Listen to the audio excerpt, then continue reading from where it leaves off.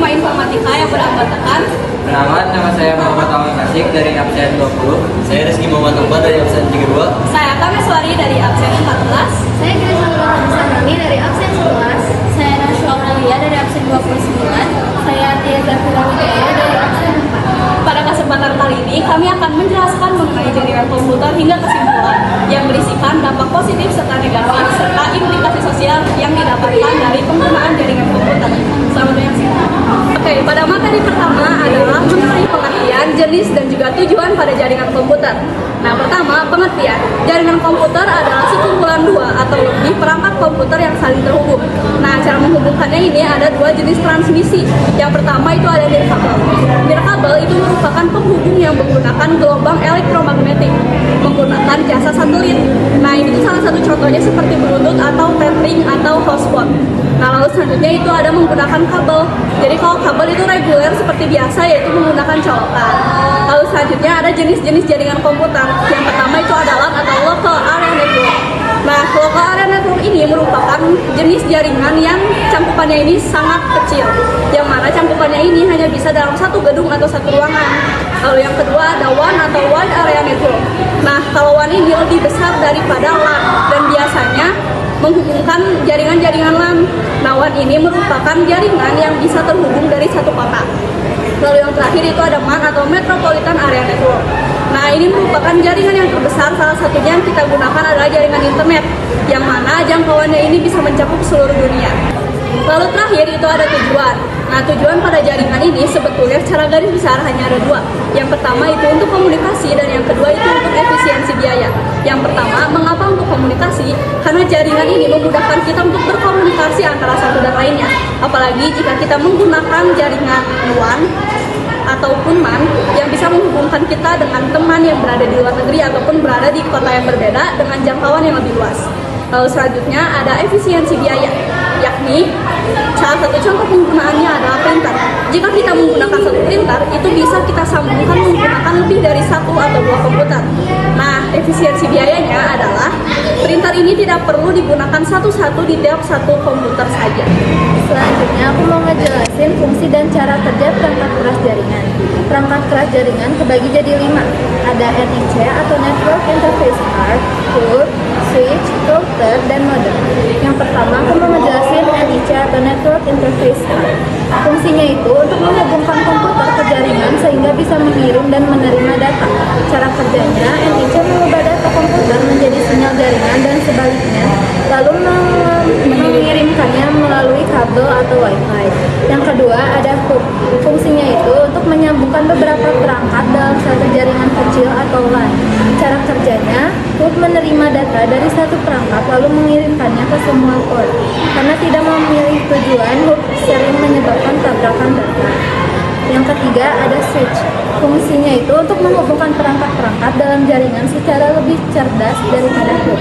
Cara kerjanya, switch membaca MAC address dan mengirim data hanya ke perangkat tujuan sehingga lebih cepat dan efisien. Yang keempat ada router. Fungsinya untuk menghubungkan beberapa jaringan berbeda, misalnya jaringan rumah ke internet. Cara kerjanya, router memilih route terbaik untuk mengirim data dan membagikan IP address ke perangkat DHCP. Router juga mengatur lalu lintas jaringan. Yang terakhir ada modem. Fungsinya itu untuk menghubungkan jaringan rumah ke penyedia layanan internet atau ISP. Cara kerjanya, modem mengubah sinyal digital komputer menjadi sinyal analog yang bisa dikirim melalui kabel telepon, koaksial, fiber, dan sebaliknya. Mantap, mantap. Ketiga ada konsep protokol jaringan.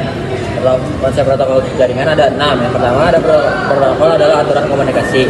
Konsep utama dari protokol jaringan adalah kumpulan aturan yang menentukan bagaimana perangkat dalam jaringan berkomunikasi, bertukar data, dan bekerja sama. Protokol mengatur format data, cara mengirim dan menerima data, cara mendeteksi dan memperbaiki error, cara mengakhiri atau memulai koneksi. Tanpa protokol, perangkat tidak akan saling memahami. 2. Protokol mengatur bagaimana data dikirim. Data yang dikirim di jaringan harus mengikuti pola tertentu seperti bagaimana data dipecah menjadi paket, bagaimana paket diberi alamat tujuan, bagaimana paket dikirim secara berurutan, dan bagaimana paket dikembalikan jika rusak atau hilang. Ini memungkinkan komunikasi berjalan rapi, aman, dan benar. 3. Ada protokol bekerja pada lapisan-lapisan atau layer model. Konsep penting lainnya adalah protokol bekerja dalam lapisan seperti pada model OSI dan TCP atau IP.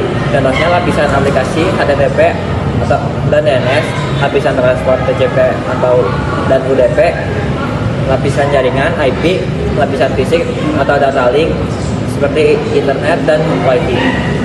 Setiap lapisan punya tugas spesifik dan kerjasama sehingga komunikasi berjalan efisien. Terus yang keempat ada protokol menjamin keandalan dan keamanan. Protokol tidak hanya mengirim data tetapi juga mengecek apakah data rusak, mengatur ulang jika ada paket hilang, melakukan enkripsi agar aman, contoh atau TPS, serta mengatur kecepatan aliran data. Ini membuat jaringan stabil dan terproteksi. Yang kelima ada protokol menentukan format data dan sinyal. Protokol memberikan aturan seperti bentuk dan struktur data, kode atau sinyal yang digunakan, urutan perintah, dan cara mengakhiri komunikasi. Agar perangkat dari merek berbeda tetap bisa berbicara, agar tetap bisa berbicara. 6. Protokol menentukan peran pengirim dan penerima. Dalam komunikasi, protokol mengatur siapa yang memulai duluan, siapa yang mengirim balasan, dan beberapa banyak data yang boleh dikirim kepada data dikirim, dan kapan data dikirim. Dengan demikian, komunikasi tidak kacau. Lalu saya menjelaskan tentang sejarah internet dan World Wide Web. Yang pertama, sejarah internet dimulai pada tahun 1969 dengan proyek ARPANET oleh Departemen Pertahanan Amerika Serikat. Perkembangannya berlanjut pada tahun 1980-an dengan adopsi protokol TCP atau IP dan lahirnya World Wide Web atau WWW pada tahun 1990 oleh tim Berners-Lee. Di Indonesia, internet mulai masuk pada awal 1990-an melalui kalangan akademisi, diikuti layanan komersial seperti dial-up, Telkomnet pada tahun 1996. Konsep WWW terbagi menjadi 4. Yang pertama yaitu ada URL atau Uniform Resource Locator.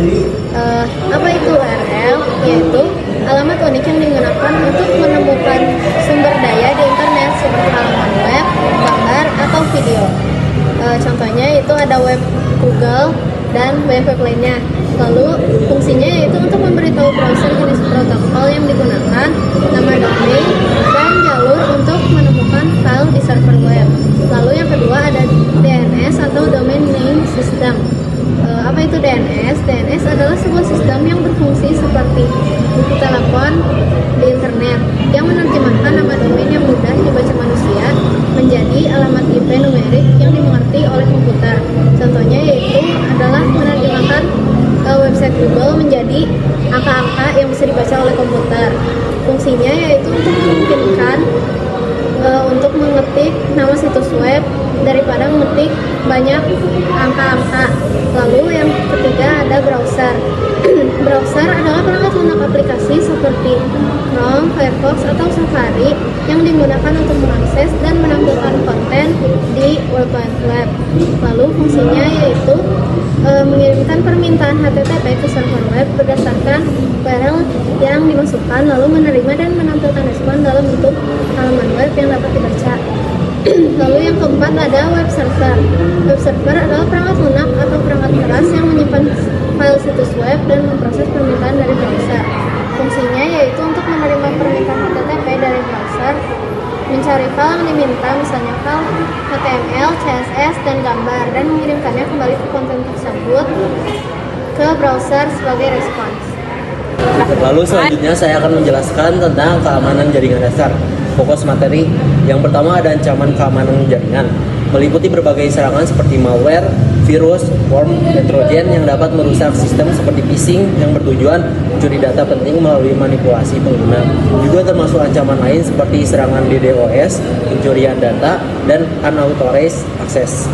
Yang kedua ada firewall, merupakan sistem keamanan yang bertujuan mengawasi, memfilter, dan mengontrol lalu lintas data masuk maupun keluar dari jaringan.